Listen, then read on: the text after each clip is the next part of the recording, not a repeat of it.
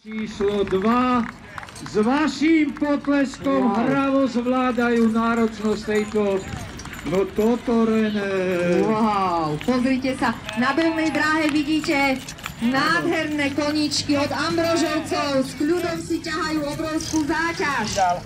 Konkrétne 1500 kg a konkrétne hravo postupujú. Predpokladám s vaším úprimným potleskom do druhého kola.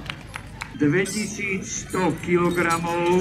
René sa ma pýtal, koľky ešte sú. A toto je hodné vášho potlesku. To je, áno. Výborne.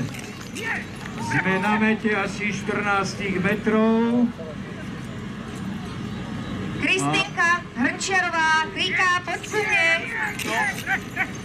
Diváci, poďme do roboty, tlieskajte, tešme sa. Ze stáje ľubovne. Áno, vymenia si posty chlapci. Ľavá strana na stranu pravú. A Gustav s Bonetou. Wow. Tak toto si zaslúži mimoriadny pokles. 2100 kg. Wow. A dokonca v skvelom čase. Lenka, ako? 45:03. Pripravme si ruky do potlesku. No už to bude ťažké. Pripomínam ešte raz. 2400 kg.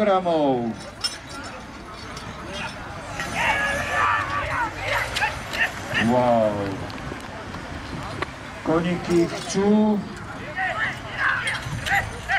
Pozrite sa, až na kolená pada. Chce urobiť všetko. A obrovský pokles.